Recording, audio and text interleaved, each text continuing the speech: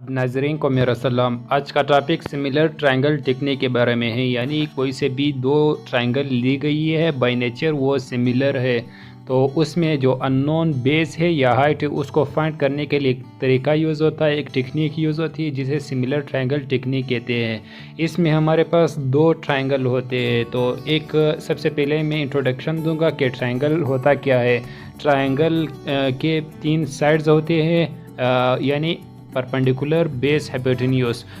यहाँ पे एक एंगल होता है, ये मैंने एक राइट एंगल ट्रायंगल बनाया, यानी यहाँ पे 90 डिग्री है और यहाँ पे कोई भी एंगल थीटा है, यानी ये लाइन और ये लाइन किसी भी एंगल पे है और यहाँ पे 90 डिग्री है, तो ये राइट एंगल ट्रायंगल इसे कहते हैं। और थीटा के सामने जो भी साइड है, यानी ट्रायंगल में तीन साइड होती है और तीन एंगल होती है, जो थीटा के सामने जो साइड है उसको परपेंडिकुलर कहते हैं, याद रखना।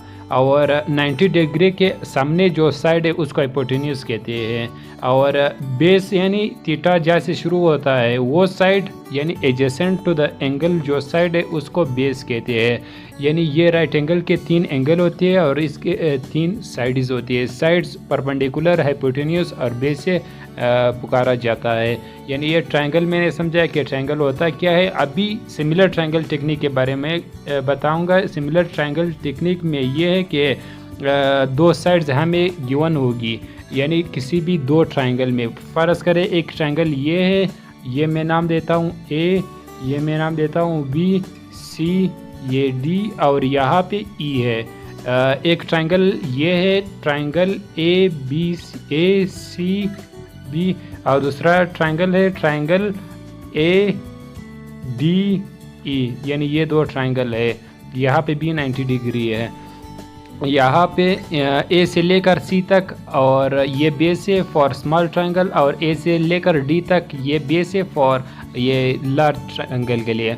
और इसी तरह हाइट बी सी और E D for small and large triangle respectively. तो ये साइड्स हमें गिवन है, यानी मतलब चार चीज़ें हैं। एक है A C B C for small triangle, और एक है ए डी और D E for large triangle.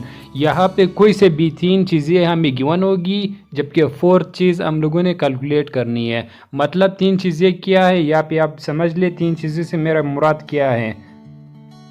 मतलब ये एक चीज़ तो ये है, ये क्या है, परपेंडिकुलर ऑफ स्मॉल ट्रायंगल या बी सी, यानी एक चीज़ तो क्या होगा बी सी। और बेस फॉर स्मॉल ट्रायंगल क्या है ए सी, एक चीज़ तो ये हो गया ए सी फॉर स्मॉल ट्रायंगल। इसी तरह फॉर दूसरे ट्रायंगल के लिए, इसी तरह फॉर लार्ज ट्रायंगल के लिए ये एक साइड ये है ए डी और दूसरा साइड यानी परपेंडिकुलर ई डी या डी ई, यानी ये चार चीज़ें हैं। तो चार चीज़ों में से कोई से भी तीन गिवन होगी, यानी इन चार में से कोई से भी तीन गिवन होगी और एक को हम लोगों ने कैलकुलेट करना है। ये बहुत ही वाइडली यूज़ होता है इंजीनियरिंग मैकेनिक्स या शेयर फोर्स डायग्राम को ड्रा करने में, ये बहुत ही मददगार साबित होगी। तो ये बहुत ही यूज़ होता है। इसमें डिस्टेंसेस या इंटेंसिटी फाइंड करने के लिए हम लोग अक्सर सिमिलर ट्रायंगल टेक्निक यूज़ करते हैं, यानी इसमें दो साइड्स और दो perpendicular for two similar triangle. इसको किस तरह, अभी इसका स्टेटमेंट क्या है सिमिलर ट्रायंगल टेक्निक का, तो वो ये समझ लिया आप। ये दो ट्रायंगल मैंने बनाए हैं राइट एंगल ट्रायंगल। यहाँ पे दोनों में फ़र्क ये है कि ये दोनों सिमिलर है, लेकिन फ़र्क ये है कि एक का साइड ज़्यादा है दूसरे का कम होगा, लेकिन बाय नेचर वो सिमिलर है। तो इसका ये मतलब है कि अगर इसका ये परपेंडिकुलर है और दूसरे ट्रायंगल का परपेंडिकुलर ये है, और ये इस ट्रायंगल का बेस ये है और इस ट्रायंगल का बेस ये है, तो सिमिलर ट्रायंगल का स्टेटमेंट ये है कि बेस और बेस का रेशो और इज़ इक्वल टू परपेंडिकुलर और perpendicular ratio of different triangle वो बराबर होंगे। यानी इसका ये मतलब है कि इस ट्रायंगल का परपेंडिकुलर डिवाइडेड बाय इस ट्रायंगल का परपेंडिकुलर बराबर होगा इस ट्रायंगल का बेस डिवाइडेड बाय इस ट्रायंगल का बेस।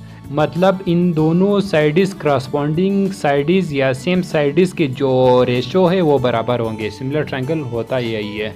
मतलब perpendicular of one triangle divided by perpendicular of second triangle will be equal to base of one triangle divided by base of second triangle।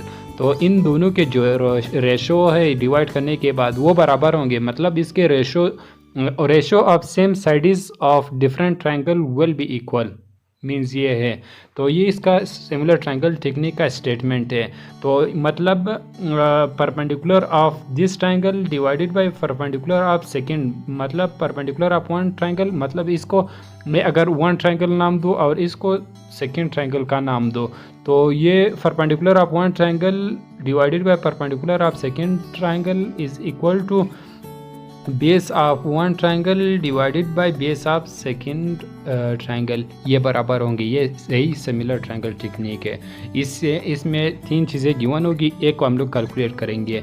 वो calculation base भी हो सकता है, base of one triangle और base of second triangle, और perpendicular of one triangle और perpendicular of second triangle, तो ये भी हो सकता है। मतलब तीन चीज़ें हमें गिवन होगी। एक को कैलकुलेट करने के लिए जो टेक्निक यूज़ होगा फॉर ट्रायंगल, वो सिमिलर ट्रायंगल टेक्निक कहलाता है।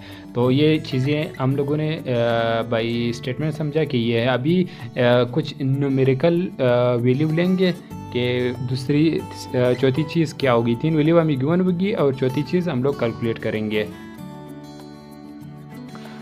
दो सिमिलर ट्रायंगल है यहाँ पे आप देख सकते हैं। एक का इंटेंसिटी, एक को मैंने ट्रायंगल 1 नाम दिया है और दूसरे को ट्रायंगल 2 नाम दिया है। ट्रायंगल 1 का जो बेस है ए बी वो है 10 के बराबर है, और ट्रायंगल जो 1 है उसका परपेंडिकुलर वो हम लोगों ने फाइंड करना है। जबकि दूसरे ट्रायंगल में बेस 5 है, 5 यूनिट यानी वो मीटर फीट जो भी है वो हो सकता है, और परपेंडिकुलर वो है 6। मतलब हम लोगों ने क्या कैलकुलेट करना है, सी बी कैलकुलेट करना है या बी सी कैलकुलेट करना है, perpendicular of first triangle calculate करना है।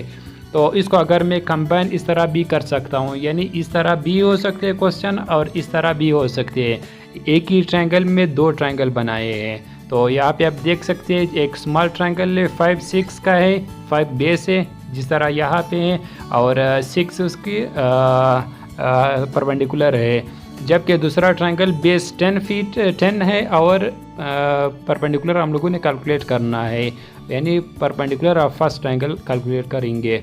तीन चीज़ें हमें गिवन है और एक चीज़ मिसिंग है, तो वो मिसिंग बेस भी हो सकती है, परपेंडिकुलर भी हो सकती है, हत्ता कि कभी कभी हाइपोटेन्यूज भी हो सकती है। तो अक्सर जो यूज़ होंगी उसका मैंने एग्जांपल दिया है परपेंडिकुलर और बेस का। तो यहाँ पे हम लोगों ने अभी कैलकुलेट करना है P1 की value, perpendicular of first triangle या परपेंडिकुलर ऑफ लार्ज ट्रायंगल, तो वो कैलकुलेट करेंगे। यही सिमिलर ट्रायंगल टेक्निक यूज़ होगा। इसी जो दो ट्रायंगल ये है, इसको मैंने कंबाइन फॉर्म में इस तरह लिखा, यानी इस तरह के क्वेश्चन भी हो सकते हैं और इस फॉर्म के भी हो सकते हैं। तो अक्सर जो यूज़ होंगे वो इस टाइप के होंगे, याद रखना। इसलिए मैंने दोनों कंफ्यूजन दूर करने की कोशिश की है। तो एक को ट्रायंगल 1 नाम दिया, दूसरे को ट्रायंगल 2। अगर इसको दोनों कंबाइन करो तो एक ही ट्रायंगल में फिर इस तरह बनेंगे। एक ट्रायंगल ये बना और दूसरा ट्रायंगल राइट एंगल ये बना। अभी कैलकुलेट करेंगे इस लार्ज ट्रायंगल की परपेंडिकुलर की वैल्यू, तो हाइट की वैल्यू वो क्या होगी। तो वही स्टेटमेंट जो मैंने बताया, perpendicular of 2 triangle, ratio of perpendicular of 2 triangle is equal to ratio of base of 2 triangle. तो वो कैलकुलेट करेंगे, यानी दोनों इक्वेट करेंगे, तो हमें मिसिंग जो वैल्यू हुई है या हाइट है या साइड है उसकी वैल्यू हमें मिल जाएगी। तो अभी वही स्टेटमेंट यहाँ पे अप्लाई करते हैं। तो स्टेटमेंट क्या था, P1 divided by P2 is equal to B1 divided by B2। तो ये statement of similar triangle technique है। तो P1 क्या है, परपेंडिकुलर ऑफ फर्स्ट ट्रायंगल, वो उसकी वैल्यू क्या है वो तो हम लोगों ने कैलकुलेट करना है। वो एज इट इज़ P1 हम लोगों ने लिखना है। तो P1 एज इट इज़ लिखेंगे और divided by P2 perpendicular of second triangle. तो P2 की वैल्यू क्या है, 6 है, वो 6 लिखेंगे, is equal to B1 of base of first triangle. B1 क्या है, 10 है, डिवाइडेड बाय B2 की वैल्यू क्या है, बेस ऑफ सेकेंड ट्रायंगल, तो वो 5 है। ये इस तरह हम लोगों ने किया। अभी कैलकुलेशन करेंगे तो कैलकुलेशन के बाद हमें जो परपेंडिकुलर है वो मिल जाएगा। परपेंडिकुलर किस तरह मिल जाएगा, इसी को अभी मैं दोबारा सॉल्व कर रहा हूँ। तो P1 बराबर हो जाएगा, P1 इज़ इक्वल टू, ये 6 से दूसरी तरफ शिफ्ट हो जाएगा, तो 10 डिवाइडेड बाई 5 मल्टीप्लाई बाई 6।